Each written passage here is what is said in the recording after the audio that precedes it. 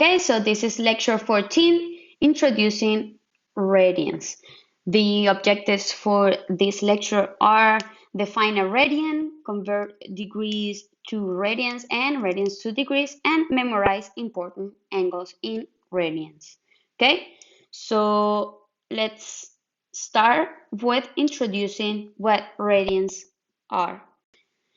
First of all, let's point the similarity of the word radian is with radius, right? So we have radians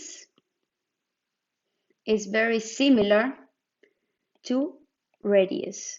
And remember that the radius of a circle is the line that goes from the center of the circle to any point of the circle. In this image will be the blue line. It goes from the middle of the circle to any point of the circumference.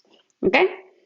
So to define radian, we have to assume a circle which radius, this one in blue, is the same length as the arc formed by an angle equal to 1 radian, which means, let me repeat myself, the angle that we have inside the circle forms a arc, which is the one here in green, which is the same length as the radius of this circle. So this r in length is the same as this r in length, okay?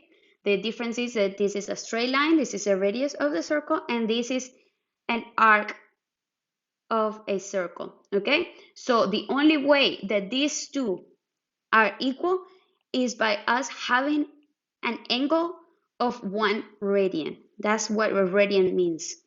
Okay, so let's write that down. We have that a radian is the angle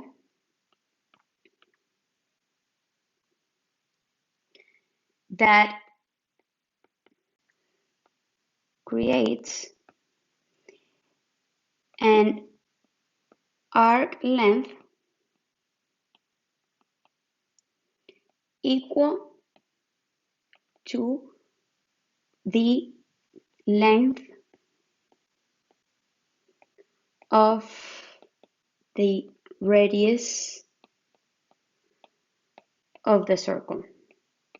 Okay, so again, let's repeat that. 1 radian is the angle necessary to create an arc length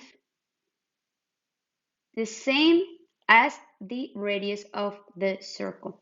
Okay, so let's say that we have another angle going like this that creates all the way here. Let's call it beta. Okay, and the arc length that is formed here is also r, right? So what will be the value of beta? Well, if we know that beta goes from this part all the way to here, and we know that here is 1 radian and here is another radian, then beta is equal to 2 radians, which means that beta is equal to the angle that creates an arc length equal to 2 times the radius of the circle. Okay, so let's keep this concept in